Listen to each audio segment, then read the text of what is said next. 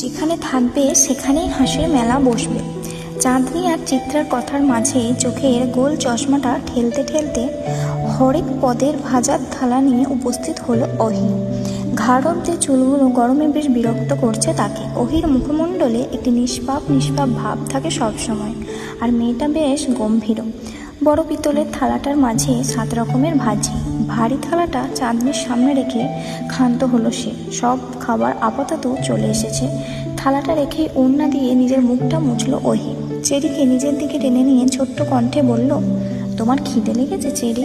আপা কি তোমাকে খাবার খাইয়ে দেব? ছোট্ট চেরি অহির কোমরের দিকে জামা আঁকড়ে ডানে বামে মাথা নাড়িয়ে বলল, বড় আপার খাওয়া হোক, তারপর আমি খাবো। চিত্রা আপা খাইয়ে দেবে।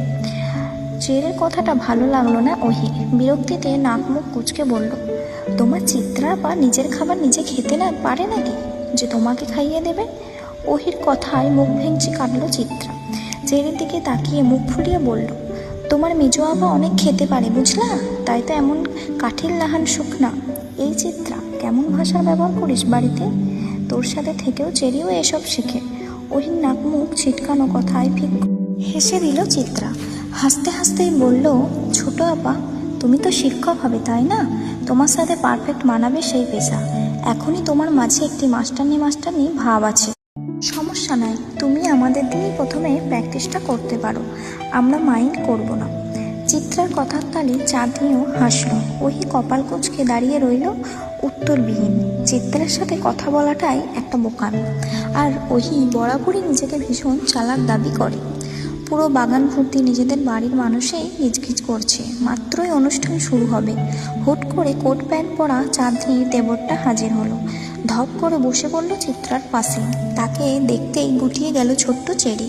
চিত্রাও হাসি হাসি মুখে অমাবস্যা নামালো। মুখ আদার করে সে চাঁদনির পাশ থেকে উঠে চেরির সাথে দাঁড়ালো। তিনি দেবর মহিন সবার দিকে তাকিয়ে কেমন হাসলো। গদগদ কণ্ঠে চিত্রার উদ্দেশ্যে বলল, আরে আরে বিয়ান সাহেবা, উঠে পড়লেন যে? আমার পাশে বসলে কি ক্ষয় হয়ে যাবে নাকি শরীর? চিত্রা মুখ বাঁকালো, অন্যদিকে তাকিয়ে বলল, আপনার তো অনেক কারেন্ট, যদি শক খেয়ে যায়। চাঁদনি কোনো মতে নিজের হাসি মুখ বজায় রাখলো।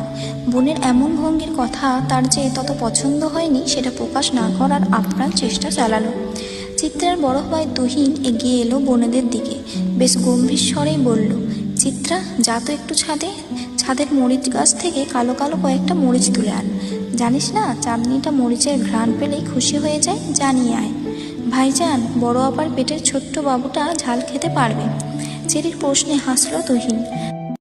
মাথায় আদুরে হাত বুলিয়ে বলল, হ্যাঁ খেতে পারবে চেরি, ও তো খুব সাহসী বাবু, তাই পারবে। ঝাল না খেলে বড় হবে কিভাবে? ঝাল না খেলে বড় হওয়া যায় না বুঝি? এই জন্যই কি বাহার ভাই এত ঝাল খায়? তাই তো বলি বাহার ভাই অত বড় কেন? তুহিন মিষ্টি হেসে চেরির গাল টেনে দিল, অতঃপর চোখের ইশারায় চিত্রাকে মরিচ আনার তাগাদা দিল। যেই না চিত্রা যেতে নেবে তন্মধ্যেই চিত্রার বড় চাচি হাজির হয়। ব্যতিব্যস্ত কণ্ঠে বললে, আহা দুপুর হয়ে এলে যে, অনুষ্ঠান শুরু করতে হবে। চিত্রা মা, যা তো বাহারকেও ডেকে আন। এক দৌড়ে যাবি আবার এক দৌড়েই আসবি, যা। চিত্রা মাথা তুলিয়ে ছুট লাগালো ছাদের দিকে। তবে যাওয়ার আগে চেরিকে ছোট আপার সাথেই থাকার নির্দেশ দিয়ে গেল। ছাদে টুকটাক সবজি গাছের পাশাপাশি অনেক রকমের ফুল গাছও অবস্থিত। বিভিন্ন ধরনের ফুল সংগ্রহ করাই যেন চিত্রার কাজ। তার ভীষণ ভালো লাগে এই কাজ করতে। তাই তো ছাদে প্রবেশ করার সাথে সাথেই পা বাড়ালো ফুল গাছগুলোর দিকে। কয়েকদিন আগেই 3টে নতুন ফুলের চারা গাছ লাগিয়েছিল।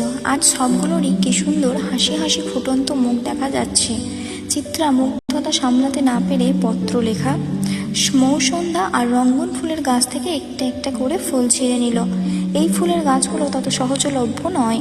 কিছুদিন আগে যখন সেই 3টে ফুলের গাছের জন্য হাহুতাশ করছিল, তখনই ছাদে দেখা যায় এই ফুলের গাছ। চিত্রা জানে ভাইজান একদম আপনার গা ছাড়া ভাব আমায় দেখাবেন না। যেতে মন চাইলে যাবেন, না হয় যাবেন না। অনুষ্ঠান তো আর আমার না যে আপনার হাতে পায়ে ধরে নিয়ে যাব। আর তাছাড়া আপনি তো সবসময় বাসায় থাকেন না, আজ আছেন বলেই ডাকছি।